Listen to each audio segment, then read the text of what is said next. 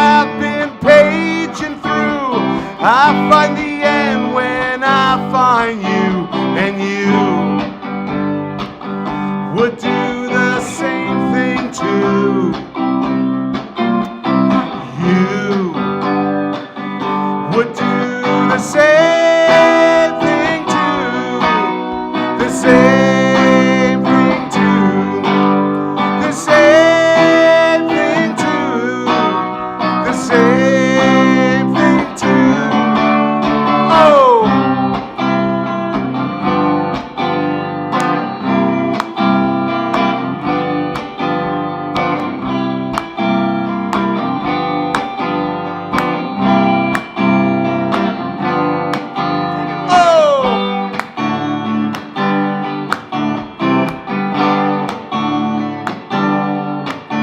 I mailed a letter off today. Now I have much more to say. If I could just get down the truth, my nose will meet with my caboose, and you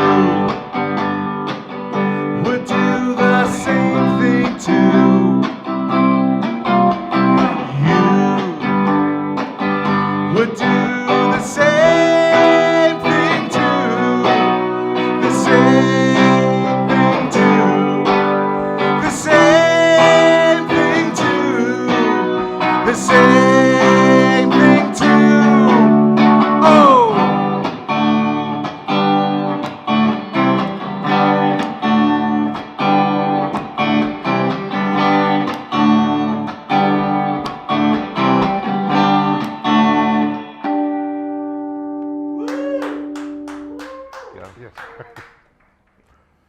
And welcome to episode 3 of Guitar Tales. My name is Dave Cohen. I am thanking Riverview Studios and the wonderful folks here who've helped us put together this show. Our friend of the show, Scott Engel, who has been so supportive all 3 episodes. And now we have Jim Slade and Andy Rosenau of Nixon's Head. Thank you guys for coming on the show. Thanks for having us. Thank you for having us. Thank you. Now, I have a huge smile on my face, but the people out here won't know why.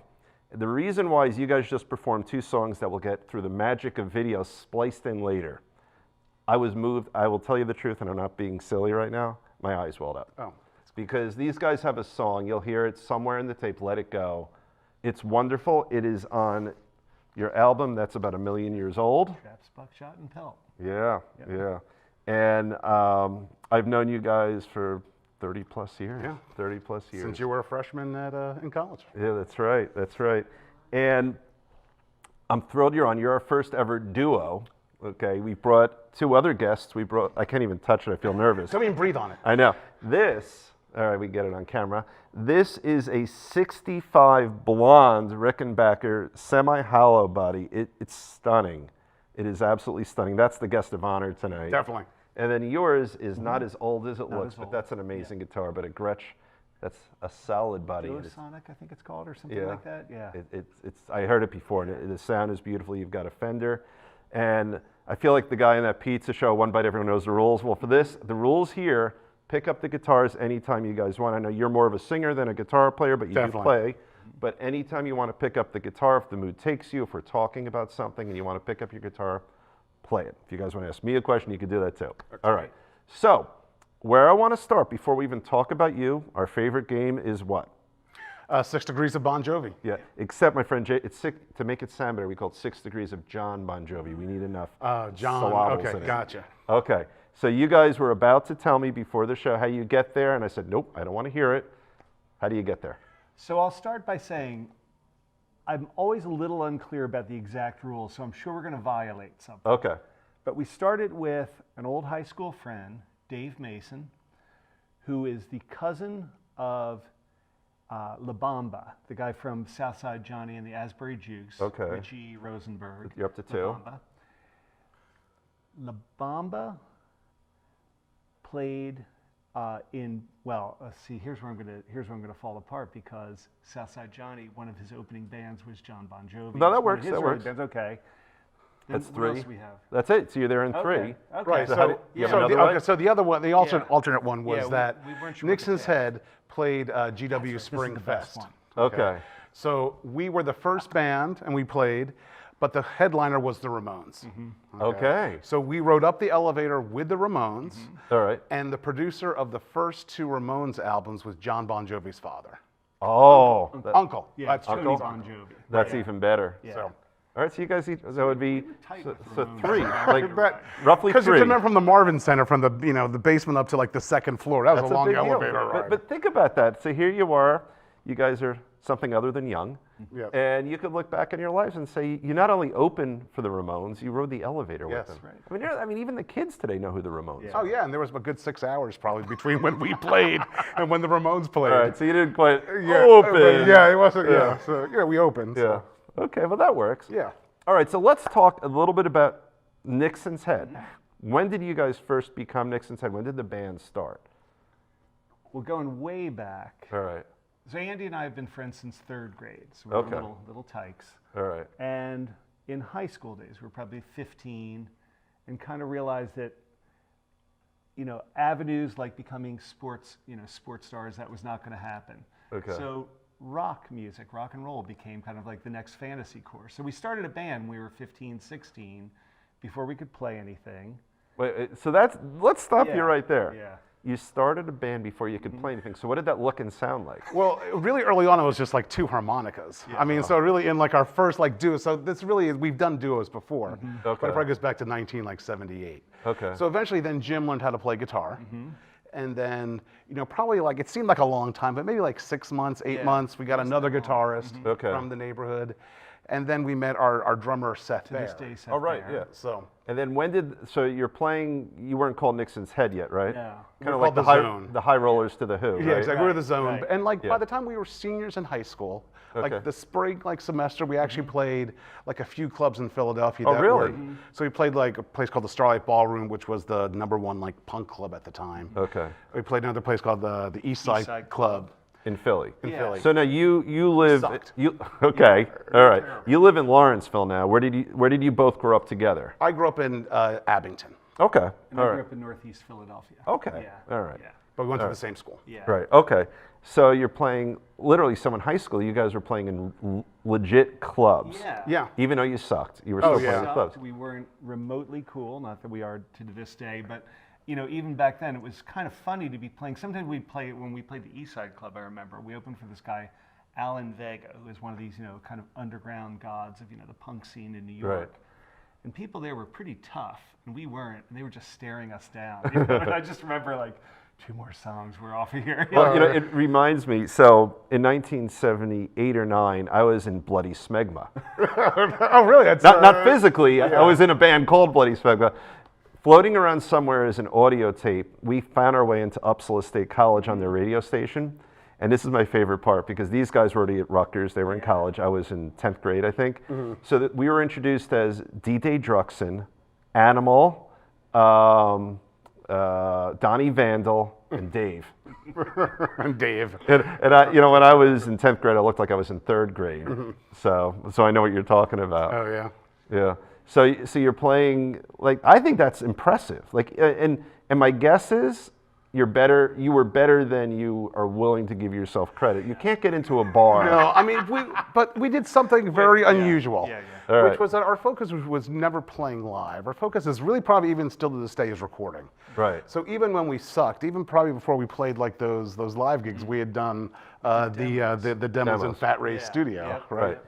And so we'd always done like a lot of recording. And where would you do the recording? There was a few places. There was one place that we did a demo kind of outside of Jenkintown. Oh, so when I did songs, because we recorded all the time too, we had a fake demo that we actually we made up the name of a studio. That's how we got on the radio. And we would do it in a bedroom, but you'd splice the cassette to make, like if you have 4 minutes, you'd cut the rest out, so the entire tape was 4 minutes long. Huh. You guys did it the right way. You like had the 16 track or the 8-track. Yeah. That's still good though. And then we went into the studio in Berlin. Berlin, New Jersey. Yeah, where we did did like a a few few demos. there. That's impressive. I mean, Yeah. for high school, that's a big deal. Yeah, and then it's kind of what happens. So we go to college, Right. and You went to GW, I know, right. because we went to school together. That's right. Where did you go? Northwestern first, Okay. yeah. So Okay. we were like all over the place. And whenever we got a chance, we'd find a way to get back and start playing. And now, so senior year, what was the name of the band? The Zone. Okay. And then when did you become Nixon's Head? 84. So there was like a 2 or 3 year period that we were in what we would call like the Jazz Odyssey, phase, where we were just kind of still playing. We were doing kind of like, it was kind of like a lot of, way out there kind of stuff. Okay. But at some point in 83, we got. And you start college in 81, right? We started the fall of 81. Okay.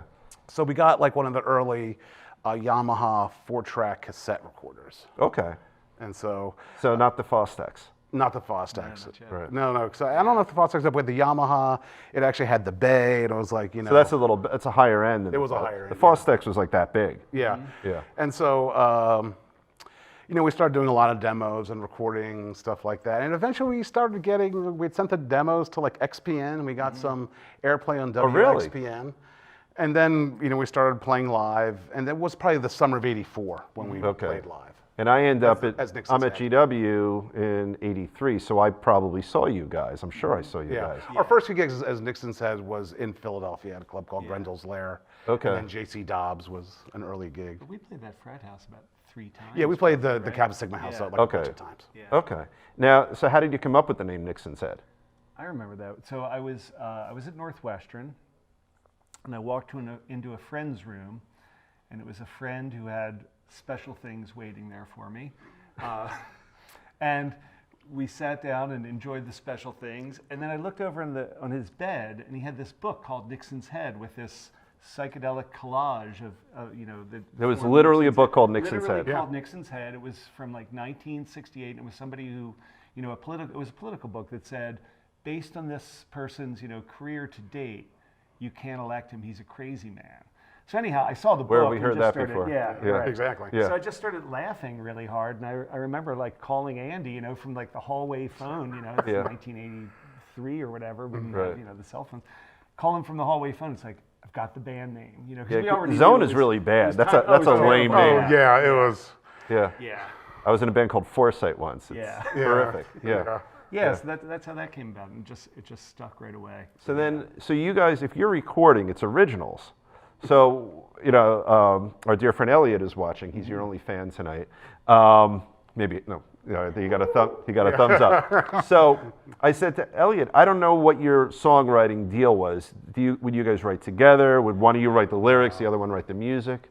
I mean, through the years, I write most of the songs. Okay. Mike Frank, who's going to be here with us tonight, still writes a chunk of them.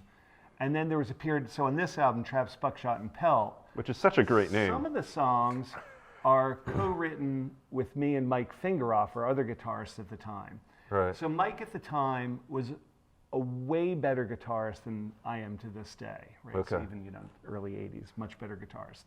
Mike was really good at putting together chord progressions, but he had no idea how to construct a song. Okay. So he would come to us and say he'd come to me with a tape. He's like, Jim, I've got these riffs. Right. What can we do with them?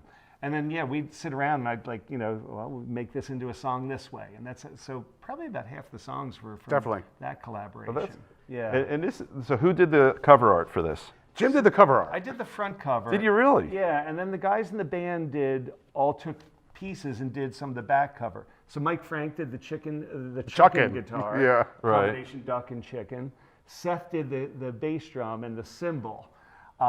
And the reason we ended up doing the cover ourselves, this is kind of a classic Nixon's Head thing. We were always very DIY. Okay. And the guy who did our first album cover, the one that Todd helped us put out, did an excellent job. We loved it. Todd Yusui, we got to throw his name out. Yeah. He was your original producer. Yeah. Executive. I mean, Executive we producer, released our first EP on his label. Yeah.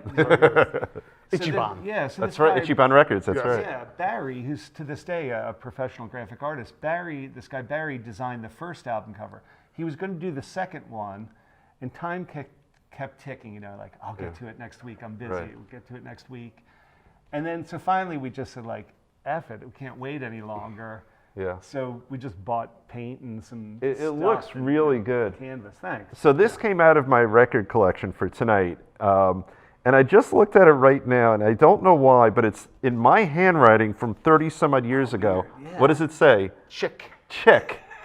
I have no idea why, but I just noticed it while we were on the air as I was picking it up. I'm like, I don't know why, Or but that's Chicken my hint. Frank? Is Yeah, it Chicken exactly. Frank I don't reference? know. Well, because that's how Mike's listed. Yeah, I don't know. So I the don't know. name is actually, I think I came up with the name. I and love that it. is I don't know what it actually- means, but I love it. It essentially, I remember where we were. We were like prepping for when we played live on XPN. Wow. Yeah. And it was essentially like an 1890s sex, drugs, and rock and roll. Oh, I get it. Right. Perhaps buckshot and pelt.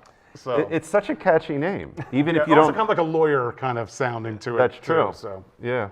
Well, that's great. and the cover certainly amplifies. The that. cover is fantastic. And I'm if going you to put take it out the on. insert. Oh, there's let also me, a oh, really let me good see. insert. Let's see. Yeah, we Oh, bought look at like, this. I forgot about free, this. Like, Yeah, so here, let's see if we can get this on royalty-free camera. artwork, and I All right, we remember, got a like, close-up cutting it coming up in. and putting There it we in go. and pasting it. It was fun. It's just, it's got that whole Victorian era Yeah, vibe exactly. about it. We were That- very psyched about that, actually. Now, it's real, it's creative, and it's on sort of the Paint fake. guy. The funny, I was going to say fake aged Yeah. paper. Yeah. It's fucking Now it's- old. Yeah, now it's No, I mean, it's actually, literally also- old. Yes. Like, this is 30 plus years old because Yeah. that's all the album But is. so we actually got that. The printer who did that is Yeah. the accordion in the Ben Vaughn Quintet. Oh, That's really? Fortavox, Yeah. who for a while Yeah, he had a owned a printing company. business And, with you his know, family. I'm thinking about what a lost art. Like right, you know, even if you go all the way up to the disc age, right? You know, you'd get your crappy disc, and you'd sort of like it as a picture there, whatever, and it's all about the music. But here, there was such ritual about getting an album. You'd get the album. If you got a double album, you'd open it up. Sometimes, you know, Quadrophenia has a whole book in it. If you remember that black and Right, white yeah. book. And in this one, you have the insert here, and even on the disc itself. I don't know what I'm about to show, but But just all right, but let's that's see. all Jim's handwriting. My bad so handwriting. That's I great. actually worked hard It's to very get it cool that. though, and you've got the Yeah. whole Victorian era. What is he doing? Is he ringing a bell? Ring a bell. Yeah. All right, let's flip it over. And what's on this So side? we originated steampunk, I think, even more so than what was it? Brazil? Was that considered the first steampunk? But it's just, you know, like there's ritual to it, and I noticed you have, unless this might have legitimately aged, or was it sort of, Yeah, it's legitimate. okay, because it's a little yellow of the Yeah. paper. But this is something that, you know, the kids today, they don't see anymore. And, you know, you would judge your album like this one, you could say I didn't play it much, I hate to admit. Yeah. Oh, But, you know, but it's crisp, you know. This is the copy that you save for posterity. You have your second copy, Yes, which that's right. is the. Well, this is going on Sotheby's later after our Exactly. show. But, But was that when you and Seth actually had to go up to Scranton and pick it up? It was Seth and Mike went to Scranton. It was the day Yeah, of a record release show. Right. So we, booked the record release show, thinking we had plenty of time. I want to stop you right there. Yeah. You guys had a record release show. Like, Yeah. how cool is that? Yeah. You know? Well, again, that's like the thing. We always made it up, and then like we would always just kind of have a target, Right. hit the target, Okay. and then we made it. Like then we did what we wanted to do. Like we kind of realized early on, if we wait around, and probably for good reason, if we Right. wait around, nobody's going to care. Right. So if we just say like we're going to do a record release show, and we organized it, it was a nice way of like hitting targets. Yeah, putting records. I out, think all it's that stuff. great because, like, I watched the path of a lot of folks. Like, you know, for me, I was in cover bands and then sort of fizzled out after law school. And now I'm doing this for fun. But you guys were so ambitious and successful in your ambition that I think most people who were sort of destined to not be full-time musicians, which neither of you became, and I don't think you aspired to, or maybe let me hear. Oh, I would have loved it. Yeah, I mean, Yeah. I think. So then maybe that's the difference. Yeah. You know, because I was perfectly content to be in my part-time band. When I was in the Right. band with Todd, we had maybe 4 originals and the rest were covers, and it's not as big a commitment as you guys said, and maybe that's the difference. Yeah. You know. But what we wanted to be was not so much go on tour, and it was all about making like great records. Well, I At think least- it was, I mean, not to get too pretentious, but it's about the art, Yeah. right? For I us it mean- was. I mean, Yeah, the pop art, Yeah. right? I mean, you Yeah. know, if there had been a way, like this band, the Beatles, Right. to have done some records, some tours, and then done nothing but recording, that would have been ideal. Right, because I used to they think didn't about- like touring. No, right. I Yeah. used to think about John Fogerty, Creedence Clearwater had like this 3-year run of Right. amazing activity, and then John Fogerty disappeared for 20 years. That would have Right. been perfect.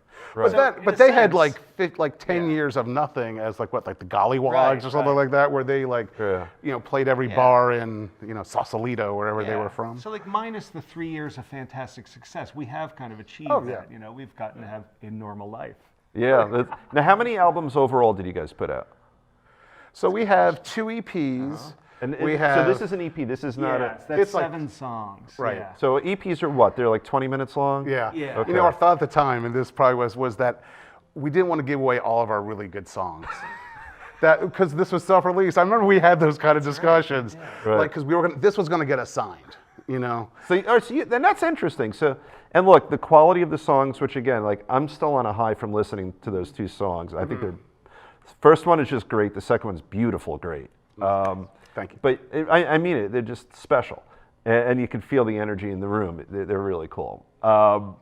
But so you guys had that ambition, and not that you would be crestfallen if it didn't happen, but at least it was that sort of hope that was floating around, or I were mean, you a little crestfallen? Well, I think we were so certain that when it didn't happen like immediately, and we've had to discuss about this, Yeah. that certain tensions came in the band, and probably about like a year after that, I had kind of left the band for a while. Oh, really? And that was the typical kind of thing, talk about like real lives kind of thing, was that Jim, Mike, and Seth had the ability to kind of quit their jobs and try to like really We make still it. had shitty jobs. So. Yeah, I mean, I was working for my family. I was in like a. You got married pretty young, right? That wasn't a matter of that. I It was. family business. It was. yeah. I was working for a family business. Oh, okay. So, So yeah, band tension. I mean, which then went out of business a year later. So I should have just gone with you guys. But it's funny, at any level there's band tension. I remember fighting in all the bands I was with where you'd have the asshole lead guitarist who wanted more volume. We'd fight over things as simple as volume. You know, you'd have fights over whose song would get played, things like that. But what did you guys fight about? Getting the arrangements right Yeah. to this day is still a giant, and it's a necessary point of arguments that we have. Yes. Right. So You're not fighting saying So you're a why jerk, not- you're a jerk. You're trying to get to the same no. place. trying to get to that same place. Right. Like, So like one of the roles that I have, and it's kind of changed over the years, Right. is that I did, and that's tries a natural thing. So Jim was writing all the songs, like especially early on, and I was doing a lot of the arrangements. So I mean, to this day, you still do a ton of arrangements. Yeah, but it's so let's talk about arrangement because what do you mean by that? I mean, a lot of it was working with the rhythm section. Okay. So a lot was working with Seth and Mike Frank as bass. And a lot of times it was just kind of translating what Jim had in mind when he wrote the songs Right. into something that like Seth could do and Mike could do. And plus I had my own like thoughts. Right. So And then, so let's talk, who are the other, so you got Mike Frank. right. He plays, Now he's on guitar. Yeah, Oh, Mike- no, you just he's on confused me. bass. He's He's on guitar now. and bass, yeah. Yeah, you Mike's been confused like me. the swing man through the Yeah, years. yeah. He's the utility player. Yeah, so the original Yeah. lineup of Nixon's Head was me, Andy, Seth, Mike Fingeroff. Yeah, I remember that So name. the 4 of us go back to high school days. A guy named Steve Sagan, who was in like the rival high school band. We didn't even like Steve until after high school. Okay. Yeah. Steve joined us as the original bass player. And then we had this weird period, Andy and Mike became friends at GW. And on any given gig, either Mike Fingeroff or Steve Sagan couldn't make it for some reason.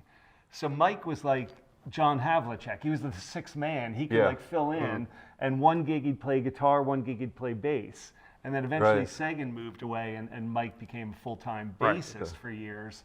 And to this day, he'll still shift back and forth Yeah, he does. depending on which guy and- who's not the long-lost Mike Fingeroff here- isn't with us. Here's another cool thing.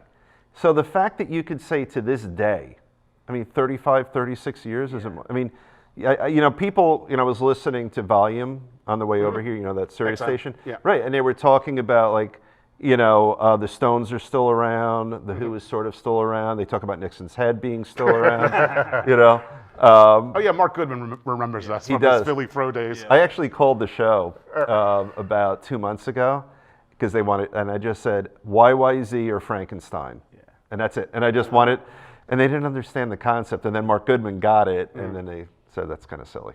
But you were reaching for your guitar before I sensed it. Well, I was just thinking about when you were talking about the arrangement thing. Yeah. So this is a long time beef. I think you know about this. You We're guys kinda fought a joking little about it. bit. I watched So we were it. joking a little bit about Let It Go. Yeah. So- Oh, it was more than joking. I can't- There was I a little can't- Well, tension because in the room. that's one of the songs where I had so much arrangement ideas that I get a co-writing credit on it. Yeah, right. Did you? Yeah. Thanks, buddy. But when I wrote it, the idea is funny. I knew that I was from the start ripping off some Beatles song. I couldn't really Wait. place it. It's Wait. No. What you're doing. Is that, oh yeah, what you're doing. Or is it Wait. Yeah, I said what you do. Oh, tell me what you see. Yeah. Okay. So but anyhow, when I wrote the song, the idea was I really didn't like REM. And I didn't like them. I didn't mind their music, but at the time it was during that period when Michael Stipe obscured all his lyrics, and I just felt like he was hiding. Okay. And it bugged me that he always kind of hid and mumbled his way through. So the idea was to write this song about, kind of just letting go of. So you were all the actually stuff thinking that- about Michael Stipe. I was, yeah. See, I'm listening to this song and I'm drawing all these really broad generalizations about life and not being uptight. Meanwhile, I'm listening to a song about Michael Stipe. So the original idea that when I wrote it, and in part to obscure the kind of unintentional Beatles lift, was to do it more like a Dylan song. Remember, I wanted to kind of be just racing forward, like if you don't know where you are, right. All right, I'm going to cut you off again. On it. Yeah, He's right and you're wrong. exactly. Yeah. Because as I was listening to you guys, I only play rhythm. I can't play lead, and I haven't tried. And I like that sort of slow. Show us with it. That's the sort of the better or the newer, whatever way to do it. There was something about the way you did the rhythm, and it was sort of intentionally delayed. And there's a pause in there. Yeah, it's the upstroke. So Andy did a cool thing then. He took, with the old 4-track we had, you got... It takes you its had time. me play the guitar kind of in the rhythm that you thought it should be in. Right. And then he did a recording of the vocals with this like 4-part harmony or something. I don't think so. Yeah, you made the demo with all the ahs. I think I might have done it, but I made sure that I recorded it when you guys were out for dinner. Right. It was because I wouldn't have gone with No. that. So it's like You're actually, of all things, Yeah. I'm thinking about our SNL skit with Cowbell. Yeah. Right? Yeah. Because that's the song I asked you guys to do. I'm looking at the back of the album and I know all your songs, and I asked you to do that. But to me, what really makes that song is that sort of that take your time, sort of pause a little. That's to me, that and the harmony, not the harmony, but the melody. But those two things, for me anyway, are what make the song. It's that delay. It makes, because it's only a 3, 4, 5 chord song. Right. I mean, you're not doing anything complicated on there. But to me, what separates it is the way you were doing that rhythm. It's just this sort of delay, and it's special. Yeah, so that was Andy's stuff. He got Seth to do that kind of Ticket to Ride sort of beat that's on the record. Right. I think you even kind of dictated part of Mike's bass part with pretty. doing the Yeah, I think in that stuff. song I was, but but it's evolved over time. Right. And so it's part of it is because it's not as important as it was. Right. In terms of, because it's like.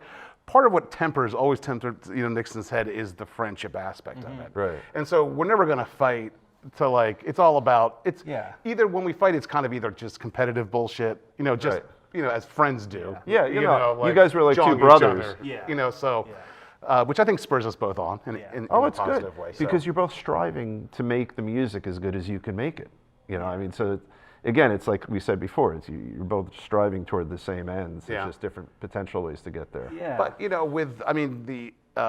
just with Mike Frank and Seth Bayer, who've been playing with us. Seth has been playing with us, since the beginning. Right. That's also like the special aspect of it is because we're doing it with people who we've been doing it with for so long and just through all of stages of life. Right. From when our kids were young, when we were single, when we got married, to kids. No, to it's special, and you have a graduation. following. I mean, so the last 2 times I've seen you, what was the bar in Fishtown you guys played in? About 5 years ago, Was 3, that- 4, 5 years oh, ago. Yeah, that was Kung Fu Necktie. Kung Fu right? Necktie. Which is a great venue. Yeah. And I hadn't seen you in, I don't know, 20 years, something like that. Ran into Elliot there. But you guys filled the bar. I mean, and another observation I had, I like smaller bands, like when you get like the trios that sounds big. The two of you, with you not playing an instrument other than your voice, you filled this room. And I think it's because you sing with his guitar playing. You're not singing opposite it. You're not singing a melody around it. You're actually singing with the guitar. But you guys, by being in sync like that, you guys were filling this room with just guitar and vocal, like in a way that is almost disproportionate to what one vocal and one guitar should do. Oh, well, thank you. It was you're welcome. It was very cool. Suggesting that we just ditch the others. Yeah. It is it. Well, you know, I The heard Zone Mach 2. that's right. Like, I heard a rumor that Andy has a solo project. Oh, going. definitely. Yeah. You know, I was going to wait till after this, but yeah. Yeah. Yeah, band fighting's Thoughts funny inside because my we've head. been doing it for so long. You know, as great friends, it's like a game of rock, paper, scissors now. We can just, Okay. sometimes you just, whoever makes that opening move, you know what the next 3 moves Right. in the fight are going to be, and we can just kind of say like, all right, let's wrap this Now, up and get back to are the song, all the you know? fights about just what the product will sound like, or are there ever fights like, I don't want to play there again? You know, I'm tired of that venue. Anything like When that? we were younger, we had some fights like that. Yeah, I mean, we were, you know, I think now it's kind of like, I think, you know, we have discussions of how much we want to play live. Yeah. Right. You know, so before the Collingswood gig, it had been a couple years since we had played it, Right. as Nixon said, as opposed to Mag 7, which is our Clash offshoot band. Right. So, which So we're are playing. you guys in- together in that band? Yes, Yeah, it's pretty much all the everyone in same Nixon's head. people, yeah. So So it's the same people. yeah, same Yeah. people. So I mean, when we What's the started name again? band, the Magnificent Seven. You did a Michael Stipe on that one. You Yeah, kind of Mag Seven. you didn't say the name. What's the name? Well, is it called the Mag 7? Full name's Magnificent. I get it as Seven, Magnificent yeah, Seven. spelled out. But yeah, when we email each other, text Yeah. each other, it's Mag and the number. And then what is Mag 7? It's a Clash tribute band. Yeah. Really? Which is something that we started talking about probably in the late 80s. And actually, Ken Sills, another person that we went to Right. college he was with, gonna be in that. was going to be the original bassist for it. And it's something that we just kind of revived. And essentially what we did is like, we'll do like 15 Clash songs. Yeah. Do you throw any originals in there? Or is it? No, It's no, very no, no. It's pure. all Clash when we do that. Yeah, The and first like we time- took it really yeah. seriously. Did you really? Yeah, the Oh, first yeah. time we did it a couple years ago, we kind of like did some, it was almost like method acting. I remember like for me, I put together like a mix of 50 songs I envisioned they were listening to in 1976. And that's all I listened to for about 3 months. And one day Seth and I went to South Street in Philadelphia, and Seth called me up someday. He's like, Jim, let's go to South Street like when we were 16 and go, you know, thrift shops. And it was just the silliest Yeah. thing. But it was really So fun. you were like pulling a Brando. You were like Yeah, in yeah. character. Oh yeah, I mean we would try to find like isolated tracks, and we have lots of discussions about how the Clash played the songs. And we did it once at I can't think of blanking on the name of the Somewhere in club. South Philly. Boot and Saddle, Uh-huh. which is a great Philly, club Right. in South Philly. And you know, we got like sold out essentially. Did you really? And we did it with a band called the Lower Wolves, which is an REM cover R.E.M. band. Cover band, yeah. And they were And- actually good. I like them yeah. better than REM. Now, what cracks me up is that being someone who was never in well, Bloody Smegma was an Yeah. original Yeah. band, but they don't really count. But to be in a purely original band, to then pivot and be in a cover band, I don't know, like what inspired you guys to do that? Because to me, like people who want to do their own stuff Yeah. find covers antithetical to what they are. Are you just doing it for fun? They gave us so much hope and inspiration when The we were band. trying to Yeah. figure out Yeah. the band, The Clash, right? Because, you know, there was stuff that we grew up on, you know, being Beatles fans. I remember, Right. you know, at 16, 17, when I could barely play, going through Right. a Beatles book, and eventually you're always going to get to like a C ninth or an augmented chord. Right. And, you know, I'm 16, I can barely do A bar straight chord. bar chord, Yeah, right? yeah. So then The Clash come along, and it's like every song was just straight, you know, Yeah, they're bar very chords. playable. Yeah. Yeah. All Bar major, chords. very few minor Yeah, chords and yeah. everything. Yeah. So But they were that- nicely produced, though. Somehow, just like the Sex Pistols, they Yeah. have a clean and crisp sound, Yeah. even if you're not getting amazing musicianship out Yeah. of it. I mean, and we rip off from the Clash so often. So it's In really your not- original stuff, you Oh mean? yeah, Yeah. they are Okay. like a bedrock, like Right. Right. of us, and we've ripped them off like numerous times. Yeah, Right. like if there's like the dictionary of Nixon's head, and you went into the derivation of our songs, you know, Right. in like the parentheses, you see like old Clash or something, Right, something right. you know, from the old Clash, right? Yeah, we get a lot out of them. Even when we were in high school, one of the demo tapes that we did covers. We did 2 Clash covers. Oh, really? And so we're senior in high school, and this is like event that was great, a lot of fun for us. So we And went it's the to- perfect time because that's when the Clash really broke onto the scene, late Yeah. 70s, Yeah. early 80s. So we, Jim and I and Duncan, an early member, we took the demo, went to like, I don't know, 5 or 6 like record companies back when they were in New York. Yeah, we like walked around New York City with a box of cassette tapes. Did you with their really? demos Oh, yeah. And just cold called. Went to go to these mammoth buildings, Right. go up in the elevator, and walk into the lobby of. Like, how stupid were we? Yeah. No, but you're not, because that's how it worked back then. Yeah. Because it could have just as easily been you sitting, on a network right now talking about how you became famous. Right. We walked around cassettes and we met the right person at the right time and they signed. Like, it But could we have went down been to that. Stiff Records, and we gave them the cassette, and didn't they play it while we were in the hall? Yeah, and they were we were in the hallway with our ears up against the door. yeah. And this is Stiff Records, which was the famous punk label that Okay. Elvis Costello and Yeah. Nick Lowe were Right. involved with. So Well, you guys are a little Nick Lowe-ish, your band, I think. that's also probably by Another hero. by we wanted him to produce us, and that was part And of. I'm laughing, but I shouldn't, because your stuff's good. I'm laughing because as we sit here now, It sounds foolish now, Yeah. but Right. we wanted either him or Roger Bakarian. Who was his engineer? Right. Yeah. Okay. So. Yeah, I think I have 2 Nick Lowe albums. I think Yeah. he's wonderful. Immaculate Pop is what we used to Yeah. call him. Yeah, we were just ridiculously sure of ourselves. That's good, though. We're- It's wonderful. we're having no Looking outwardly back on it, self-confidence. Yeah, looking Yeah. back on it, it's kind of the right way to be, because Yeah. what have you got to lose? Right. Yeah. And look at you've had full lives and music. And this is fun. The theme of the show is guitar players you might not have heard of. Right. And you guys have filled your lives with Yeah. music, families and you have day jobs, and you still have music as prominent. Yeah. And the other thing I like about Nixon's Head is that it's an extended family. We went down, we saw you in Collingswood. So it's one scene to see you in Fishtown because it's going to be a lot of your friends and extended family. And by family, I don't mean blood relatives, but Right. the Nixon's Head family. But then there'll be a lot of people just having fun in Philly that time.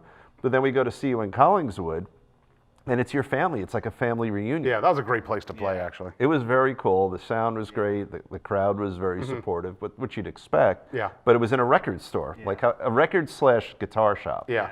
So I just sat there salivating over every guitar. They had some cool guitars in there. Oh yeah. Yeah. Let's look at your guitar. I want you to Sure. show us your guitar. So tell us what it is, when you got it. So it's a Gretsch, and I was saying to you earlier, Dave, I'm like the worst gearhead in the world, but I Right. think it's called a Duosonic. Okay. And I got it about 5-6 years ago. Okay. I always liked the band X. And Wait, it Billy- tells us what it yeah. is. What does it say there? Yeah. Electromatic. See, you are not a gear guy, apparently. I'm illiterate as well. Yeah, yeah. But yeah, so I'm a big fan of X and Billy Zoom, who is their guitarist. I've heard of neither. Yeah. So X was this amazing. I'm typically not a fan of LA punk from the early '80s, the hardcore Right. stuff, but X was this Right. kind of punk rock, rockabilly type Yeah. of band. Right. And so Andy and I saw them early on in this tiny little place, and it was just a mind-blowing show. They're playing on a stage like this size, Right. 8 inches above everybody else. And Billy Zoom was this older guy who had this bleach blonde pompadour, and he'd play the whole time with a big shit-eating Just grin like on his stands face. there and He just just stands there with his legs far apart, and he's just right? like the most amazing For Chuck Berry Chuck inspired. Berry kind of guitar for an hour, So he was a hour-long good guitar set. player, Oh, too. Really good awesome! guitar Like one player. of the best. So he had a silver one of these. Right. So a couple years, whenever it was 5-6 years ago, one day I was in a music store and I saw this one. I was like, It's that's beautiful. the closest I'm going to get to his, and I tried it. And Do you use the whammy bar at all? I don't. It's Yeah. funny. I've never been able to coordinate Right. using a whammy bar and making any use of it. Which is funny because your other main guitar was a Strat, Yeah. which also had the bar. And it's funny because I even have opinions on whammy bars. I don't like guitars that have the little thin whammy bars. Right. I like that. So you have this is a opinions big on something you don't bar. use. Yeah, I have an opinion on something I don't. Jim has even lots use. of opinions Yeah. on. Yeah. I like it. It looks And then you good. got, so those are really narrow for humbuckers. They're almost as narrow as single coil. And then Jim's going to say, what is Dave talking about? No, I kind of know what you're talking about there. Yeah. But I'm looking, look how usually a humbucker yeah. is it's usually as wide as the whole base there. Right. And that's almost as narrow as a single coil. Just, yeah. And I'm looking at the apparatus, even see, you got the bridge, so it goes under that. It's very, It's a bitch to restring. I bet. I Is that a bet. Bigsby bar? It's a Bigsby style bar. I think a Bigsby style, right? I don't think Yeah. it's an It doesn't actual. Does it say what it is? Oh, it actually is. It is a Bigsby. How did you Okay, know what okay. Bixby is? I know enough about guitars, I guess. Yeah. But we played that before, and I put it through this amp way back there, we've got that gorgeous Fender little tube amp you have, and it sounds beautiful. Like it's got a really crisp sound, and it's warm tone. Yeah, so this and the other guitar I use most commonly these days is a guitar I got a couple of years ago in England. It's a Gordon Smith guitar. I haven't heard of that. I know, I had never heard of it. So a couple of years ago, I work for a company that's based in England. Okay. And so I go over there a lot. So a couple of years ago, I was feeling like I really like this company. We got bought by this English company, and I like this country. Yeah. You know, I'm a bit of an Anglophile anyhow musically, and I saved money, and I said, I want to buy some odd English guitar that That's a some great English idea. kids sweat on years ago, right? So Right, I'm in right. this shop, and I see on the wall, it's this guitar. It looks like a Les Paul Jr. Okay. And it's hanging on the wall. It says like Manchester. It's where the home office is, Manchester area. Manchester's Les Paul or something like that. So I say to the Oh, clerk, in other words, that's their version of a it's like Les their Paul. version of the Les Paul. So I say to the clerk, what is this guitar? What do you say? It's Gordon Smith? Gordon Smith. Okay. And he tells me about it. He said, yeah, it's a Manchester area guitar maker. They do everything to order. So people Right. just go on and, order things custom. So I'm playing it, you know how as soon as you pick up a guitar, You know, sometimes you- you're like, you know where you this don't. is perfect, right? Yeah. It just feels great. Yeah. And I'm like playing it, and I keep asking the guy, like, what, tell me about this guitar. I've never heard of it. And he said, oh, in the 70s, the punks used to like this because it was cheap but sturdy. And as soon Right. as he said that, it was like Pete Shelley from the Buzzcocks. When we were kids, we'd look at pictures of the Buzzcocks, and Right. Pete Shelley was always playing this weird, kind of slightly pointy guitar. We didn't know what it was. And it turns out it was that make. So it was, as soon as he said that, it was like, sold. That's Yeah. funny. I bought a guitar off of, not eBay, what's the other? Amazon, a used guitar on Amazon from somebody. I don't know how I got it. But it was an old Tisco. Do you know Tisco? Yeah. They're a I looked at Japanese some of those, company yes. that they tried to emulate the surf Yeah. Right. movement. And the ad said, so solid you can use the guitar to hammer in a fence post in winter. Oh God. And I thought, That's great. how do I not get it? And it was like a 66 Yeah. for $100 or $120. It wasn't great, but it was that solid, and it functioned, And then I want to pull this. I'm Sure. afraid to touch No, it. you go ahead.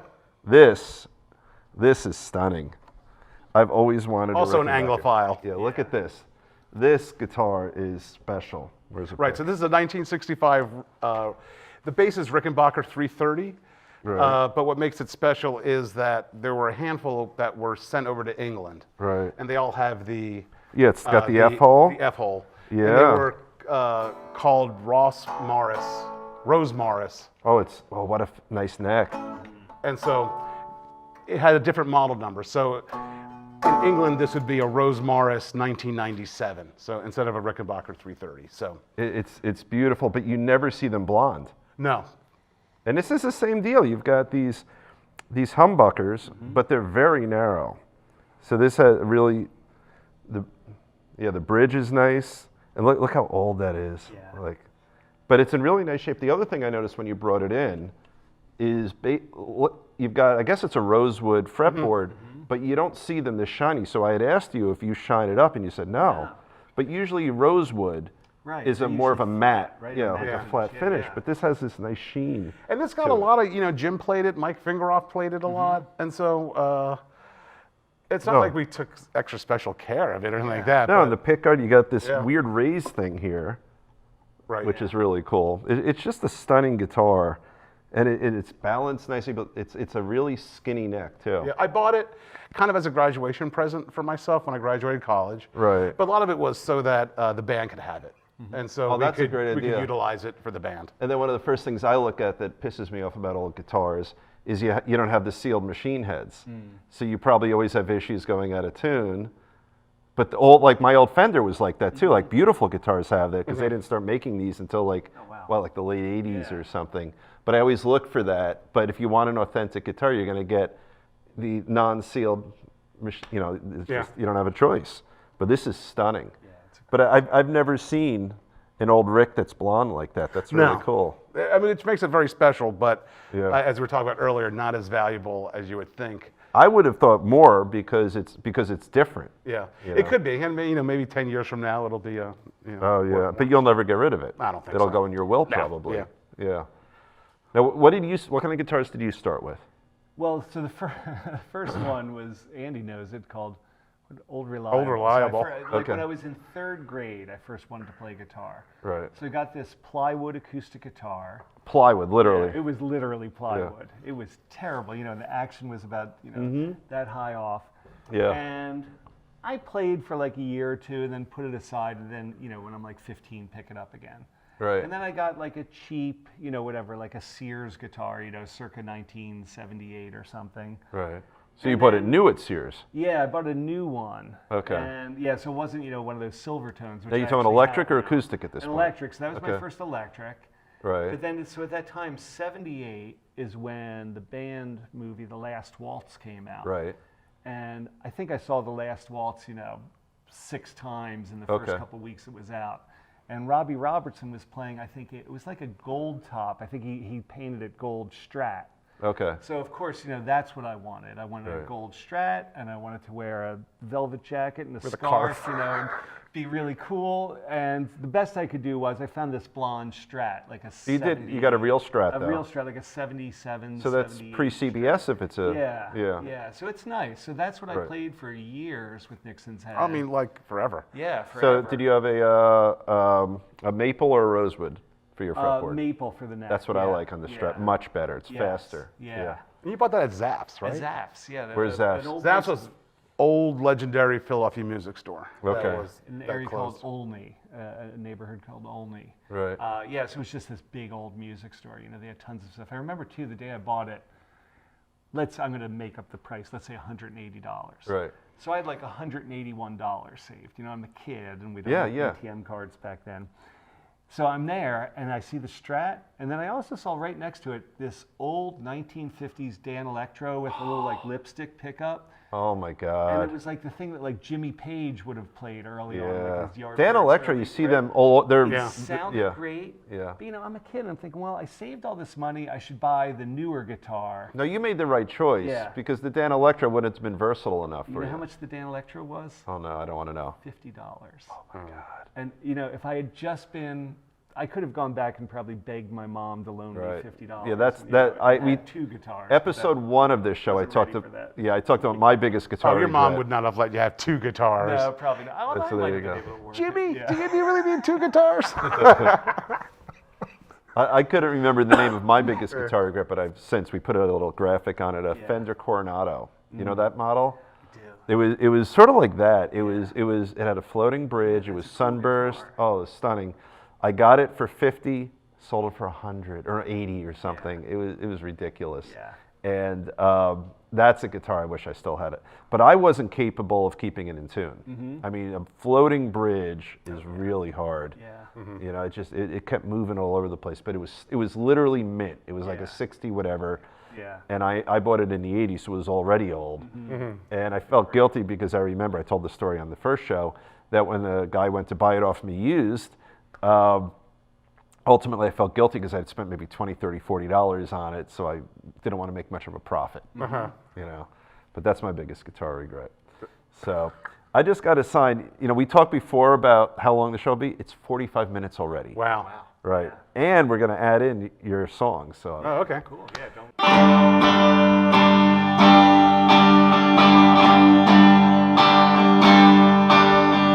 If you don't know where you are, you'll never know.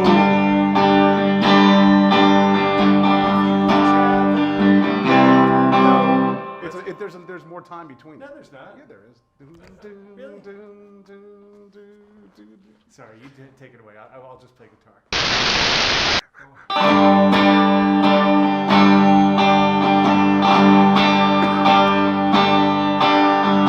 If you don't know where you are,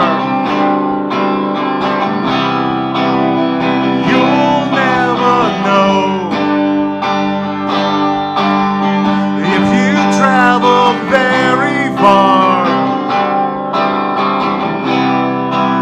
there's still a way to go.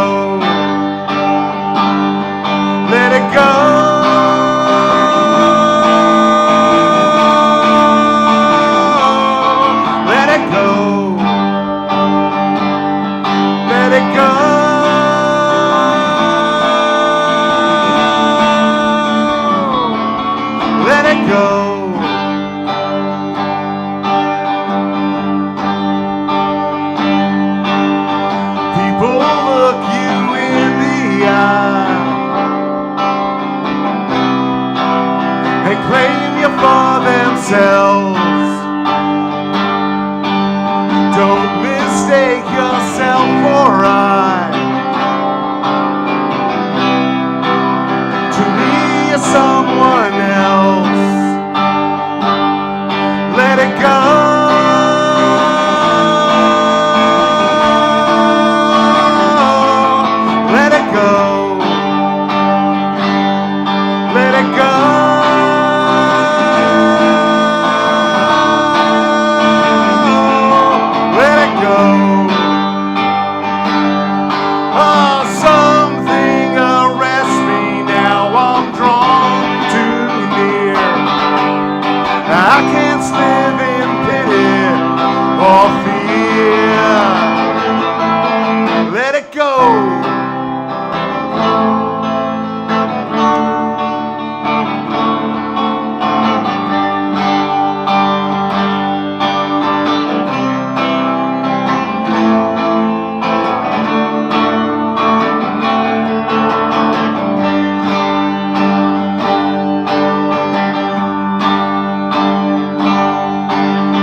Don't you think that what you see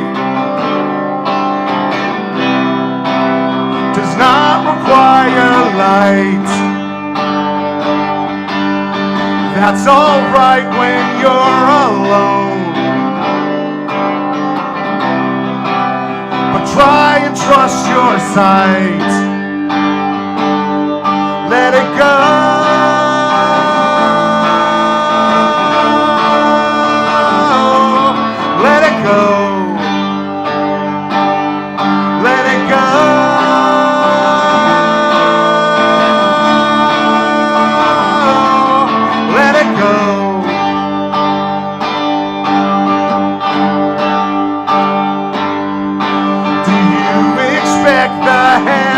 God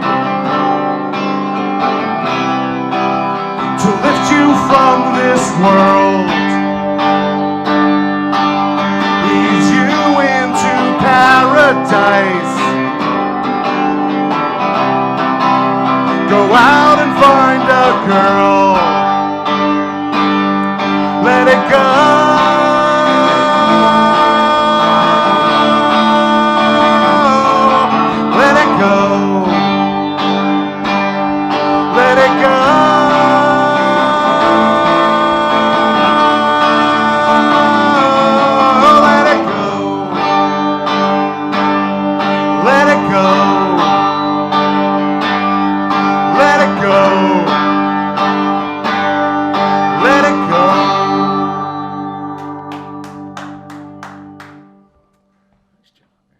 Yeah, you guys have been fabulous. I'm thrilled we got you on.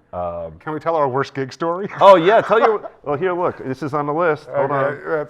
This is the list that our friend Todd sent us. He wants worst gig ever.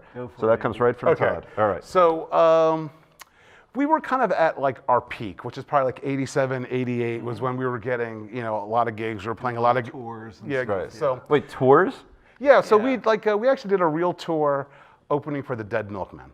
So, Oh, yeah. So the Dead Milkmen, we played with them a lot when we were growing up, and so it was actually an international tour because we also played Toronto. So it was our world tour. Yeah. But yeah, we would do like a few nights here and there, either up in Right. Boston or, you know, playing different colleges and stuff like that. So our worst gig was we played this club in Elizabeth, New Jersey. Oh, yeah, called yeah. The Dirt Club. Okay. Really? Yeah. Yeah. And, you know, this is like, you know, 87, 88. And Elizabeth, you know, is not a great city. So imagine it back then. Right. What year is this again? Probably 87, 88. Okay. All right. And we get there. It's crowded, but it's definitely like a rock club, like a hard rock club In Elizabeth. in Elizabeth. Yeah. Okay. Yeah, it wasn't our scene. Definitely Right. not. Yeah. Right. And So you're thinking like when you say rock, so you mean more like a heavy metalish, Oh, hard yeah, like rock, leather. classic rock kind of yeah, right, yeah, which is not you guys. No, Right. definitely not. Right. But the place is packed. Right. And we're like the third out of four bands, so we actually have a great slot. Yeah. Right. But the last band, the woman lead singer had a prosthetic leg, Okay.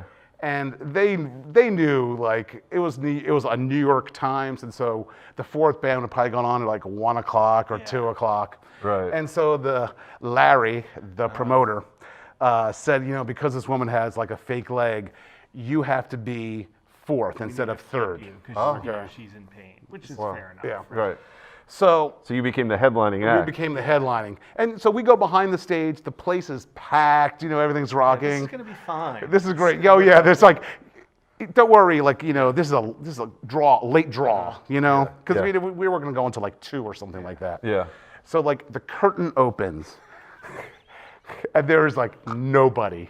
Oh, one person, Dan Newberger. Yeah. You know Dan Yeah, I know Newberger? Dan. Larry and Dan. It's like- exactly. And you know, so we play like 8 songs. And then like the sound man kind of through the monitor system, he could have just yelled because there's only 3 people in the club. Right. Kind of said, just one more song, guys. Because he wants to go home. Because he wants to go home. Right. And, you know, it became a line in one of actually a more recent song where we talk about That's that really gig. funny. But yeah, that was Now, did you guys at that point know that it had dwindled down to? no, not until like So the there was a curtains opened. reveal. Yeah, it was to a you. reveal, yeah. Oh, that's really funny. Yeah. Wow, that's a good gig. Yeah, That's a that really was a good gig. But you know what? All these years later, it makes for a better story than a good gig. Oh, it's funny. You know, like that's what I think. Like when you have if you come out of it and you're like Yeah. alive, like I'm hearing this story and I'm thinking I'm about to hear you guys got beaten up or something. Oh, no. You know, but you come out of that and you're okay, and now you've got something you could laugh about and tell the kids. Oh, we have a lot of funny stories. You got beaten up once? Yeah. Where? We played that Arch Street Empire place. Oh, that's right. What happened? Mike Frank, we were walking by a room. You know, we're kind of in the back of the club, and at one of the offices, there's a poster up with the band. And Mike said, "Check it out, Jim. I used to live in a house with this woman in Boston." Oh, right. Right. So he brings me into the office to check it out, and 2 of the women who were working the club, they like saw us in there, like, "You can't be in here. You can't be in here." You know, they're like shushing us out. You know. Right. I was like, "Okay, we're getting out." You know, and I think in the course of continuing being kind of pushed out of the room, I probably said something a little rude. So Next we thing can I take out the knew- word probably, can't we? Yeah. Next thing I know, this like coked up bouncer gets me and just like grabs me by the throat, like in, you know, Roadhouse or something, pushed me up against the wall and started taking shots at me. Really? Yeah, that was bad. Yeah. I would think that would be bad. You know, I should how watch soon my afterwards were you able to laugh about it? It took me a couple days on that one. Yeah, I yeah, was that's- really mad for a few days. I was just Yeah. felt like, you know, the world had done me wrong. Yeah. Right. Now, as you look back, do you think maybe you deserved it a little bit? I or? deserved a little bit. Yeah. Yeah, that's funny. Well, I want to thank you guys for coming. This is beyond fantastic. This is our first show with full live songs on it, and I can't wait to see it when it gets in final, as they say. Well, thank you for having us, Yeah. Dave. Oh, absolutely, man. This is great. Thank you, Absolutely Dave. great. Yeah, and thanks to the staff here. Yes, thank you all. Yeah. Yep. Absolutely. Thank you guys at Riverview Oh, there we go. Riverview Studios, as always, fantastic. All the folks who work here, the people behind the cameras, behind the board, the owner, the producer, all wonderful. RiverviewStudios.com. If you ever need to film anything, you're insane if you don't check this place out. It's that good. I want you to stay tuned to GuitarTales.com and our page on Facebook. We will announce future shows. We have a lot of people we're working on right now. Thank you so much for joining us. This is Dave Cohen signing off.